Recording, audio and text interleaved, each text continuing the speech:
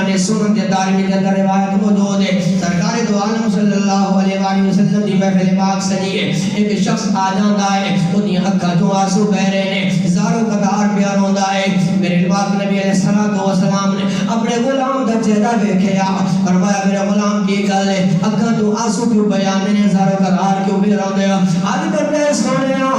مینوں اپنی بیٹی دی یاد آندی ہے اپنی بیٹی دی یاد ستاندی ہے سونیا جدوں بیٹی یاد کردا ہے تو آنسو آ جاندے نے میرے لہبال نبی علیہ السلام نے فرمایا میرے غلام بیٹیاں دا ہر ایک نو یاد آندیاں نے اگر بیٹی اس سسرال دے گھر میں چلی جائے پھر بھی باپ یاد کر کے روندا ہے کیونکہ ان او چراغ نظر نہیں آندا جڑا صبح اٹھ کے باپ دا حال آ کے پوچھدا ہے او بیٹی نظر نہیں آندی جڑی صبح سویرے باپ دا حال پوچھ لیندی ہے تے ہر آدمی روندا ہے عرض کردا ہے سونیا بڑا عجیب ماجرا پیش آیا سونیا عجیب قصہ سامنے آیا سونیا کہ رب نے میں نے اولاد عطا فرمائی ہے جب میری بیٹی گھر کے اندر پیدا ہو گئی ہے بیٹی چلن لگ پئی میں اپنے سین کے اندر انگلی پکڑ کے چلاندا رہا میری بیٹی میرے سینے تے کھیلدی رہی میں اس سے پیار تے محبت کا اظہار کردا رہا ایک ویلا وہ آیا بیٹی جوان ہونے قریب ہونے لگ پئی میرے دل کے اندر خیال آیا او ظالما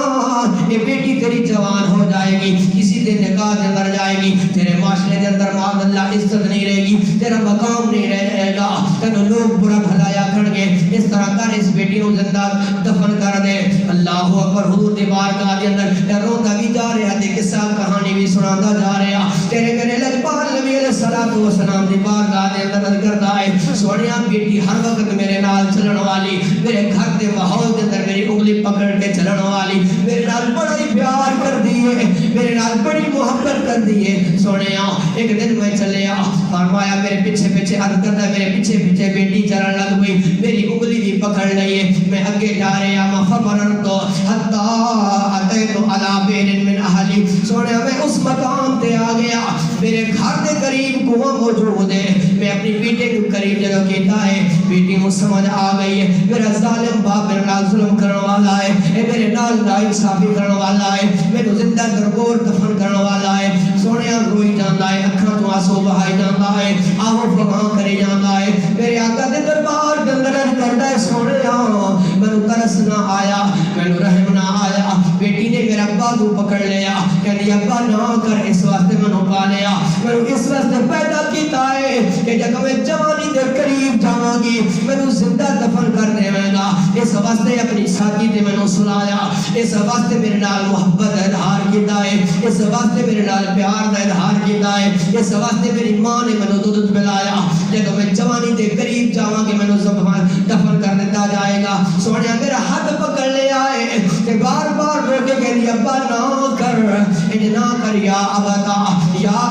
دیا سلام لگا دیے لیکن میں اتنا ظالم ہو گیا اتنا میں بدماش ہو گیا اتنا میں بدکار ہو گیا میں اس بچی دیا آہو فغاما نہ سنیا وہ دبا ویلا نہ سنیا وہ دا ہاتھ پکڑیا تے کوئے دے اندر سٹیا جب کوئے دے اندر جا رہی ہے یا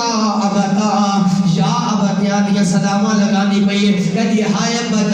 جان کی کیتا ہے آج کرتا ہے سونیا جدو رات ہوندی ہے جدو بھی بستر تے لیٹدا وا چین نہیں آندا مینوں سکون نہیں آندا کرنا دے اندر وہی آوازاں آندیاں نے یا ابتا اے میرے باپ بڑا ظلم کیتا ہے بڑا ظلم کیتا ہے اللہ توجہ طلب کر نبی کریم علیہ الصلوۃ والسلام نے اپنے صحابی دا یہ جدو واقعہ سنیا ہے یہ اس دور دا واقعہ جاہلیت دے اندر پیش آیا حدیث دے اندر آندا ہے آقا علیہ الصلوۃ والسلام دی اکھاں تو آنسو جاری ہو جاندے نے اللہ حتی وقعت دمہ علی لحیتہ میرے آقا دی داڑھی مبارک تر ہو جاندی ہے فرمایا اے میرے غلام دوبارہ یہ واقعہ سنا دے پھر وہ سنا دیندا میرے آقا روئی جاندے نے وہ صحابی بھی اپنی کہانی نو یاد کر کے روئی جاندا ہے اپنے آنسو بہائی جاندا ہے تین مرتبہ میرے آقا نے قصہ سن لیا فرمایا ظالمہ بڑا ظلم کیتا ہی لیکن دامن اسلام دے اندر آ گیا ہے میرا کلمہ پڑھ لیا ہے اللہ تیرے اس گناہ دی بخشش فرما دے گا